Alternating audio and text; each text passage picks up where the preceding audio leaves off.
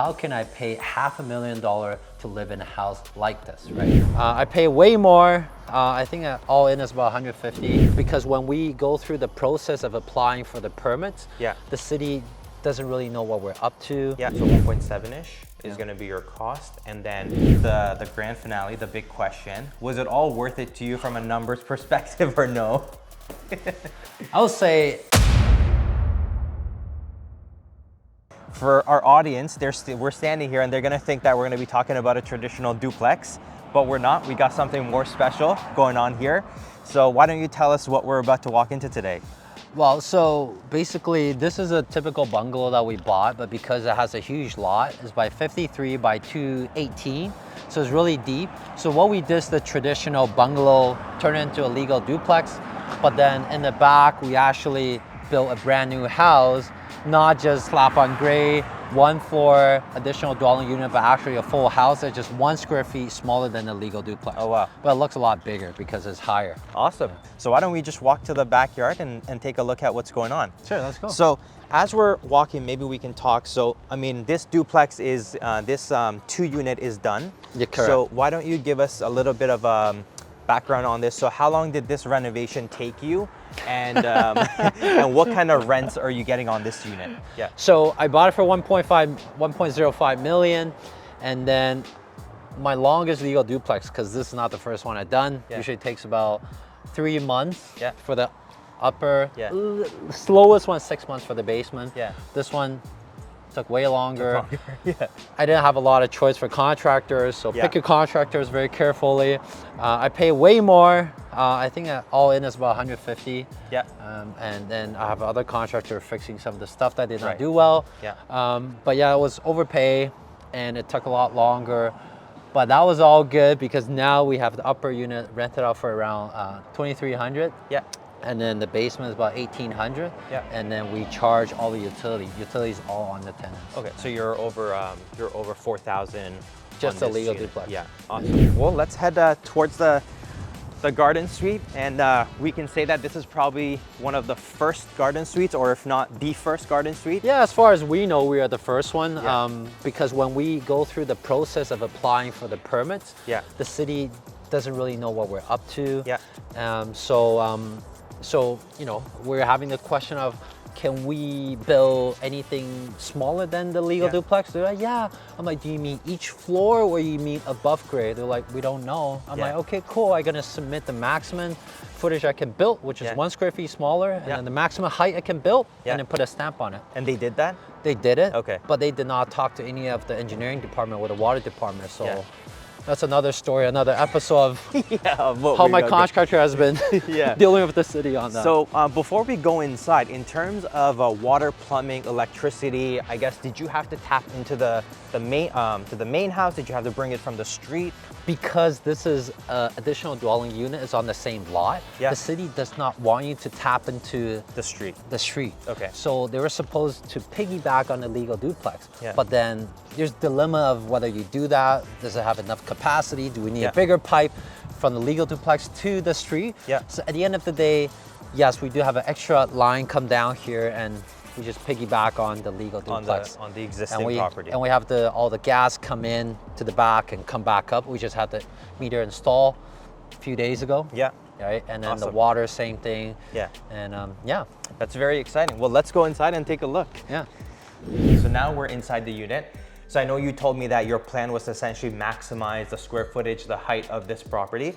So why don't you tell us what you decided to go with in terms of the design, how many bedrooms, the basement, how many kitchens, where's the laundry, how many bathrooms, so on. So I'll let you explain. Yeah, no worries. So the idea was that we built the maximum we can build, as high as it could be, as wide as it could be. So that legal duplex up front is about 849. This one's about 848.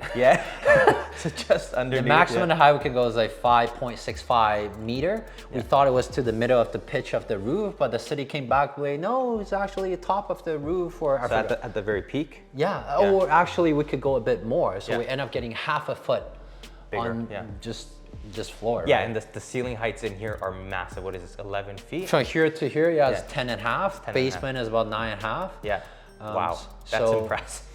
Yeah. So technically, this house is bigger than that legal duplex. Yeah. And this property, at first, my fiance and I was gonna move in when we have kids, but we found that it's a bit too far from her work. I'm financial free, but she still have to go to work, so it doesn't make sense. So we end up turning this into a short-term rental. Very cool. And the long-term rental, we did a bit of market analysis. We get about 3,500, give and take, 3,000 to 4,000. But we think we can get way more with short-term rental. That's why everything, we start getting furnished and we make it reasonably nice and appealing. Of course, the decoration is not all up, but that will make a huge difference. And so, I mean, if you have 2 bedrooms downstairs, a bathroom downstairs, a separate entrance to the basement, are you eventually gonna put a kitchen down there? So here's the thing, right? By law, we can only have 3 units based on the new bill that came out, right? But we're speculating that eventually will come. So why not we just build a door in the backyard? And if in the future we can have as the option, 4-plex, then we just block it off. Put a kitchen in the basement. No, that's awesome. And I guess that bill that you're referring to is Bill 23, where you can put 3 units on any lot. And we actually started doing that, getting the permit right even before that came out. Because I think Clarington was a step ahead. So you bought the unit for, you bought the house, the existing, for $1,050,000. You spent around $150 in there. So what are we at? We're at $1,050,000 plus 1, 1.2. so 1.2-ish. And then you're around, how much for this one? I would say about $500,000 all in with the landscaping until it's done, So 1.7-ish is gonna be your cost. And then you're bringing around $4,000. About 4,100. 41. And then the tenants pay utilities, so. So that's taken care of, so 4,100 there. And essentially, you told me earlier about your cost benefit for this. So you're saying that you can get anywhere between 3,000 to 4,000 for this property. Conservatively. Long-term rental. But you're essentially saying that you're gonna test out the short-term market if you can 2 or 3 times that? I think we should probably 3 times that. Depending, because there's high and low season, but we should average out about 2.5 to 3 times that. Okay, so then that would be, I would guess your budget for this would be you want to bring in anywhere from 8 to around 10,000. Around 8 to 10,000 is the goal. So in total, you're hoping to hit 14,000 total for 12 to 14.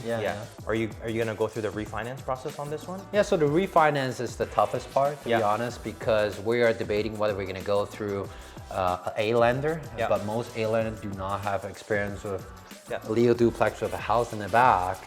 We're thinking about going through the commercial lending, and then you got to pay more for appraisal, and then they just base on the numbers, based on the net operating income. Or maybe we're gonna go through a credit union. That's awesome. So I mean, I guess you'll be one of the first ones going through the refinance as well. So you'll have some information on that. I am setting the bar, fortunately and unfortunately. No, it's good. I mean, if you've maximized it, I think you're doing everyone a favor here. So Cody, we spoke about your numbers, what you purchased it for, the renovation for the duplex, the build for the garden suite. So the grand finale, the big question, was it all worth it to you from a numbers perspective or no? I would say in terms of short term, the cash flow won't work, but at first I was building this house as if I was gonna move in and raise a family here. But with the short-term rental, actually the number will work. And also, the most important question is, how can I pay $500,000 to live in a house like this, right? If I pay $500,000, I don't think I can build a house like this or live in a house like this. Yeah, exactly. I mean, for comparable purposes, when you look at even less than 600K purchase price, you're pretty much very limited to location as to where you can buy. And I think you're limited to condominium apartments, townhouses, and they're typically older, built in the 70s, 60s, at least for the Durham region. So to your point, can you get a brand new house for $500,000? Probably not. Yeah. So that's the verdict. So that's the real answer,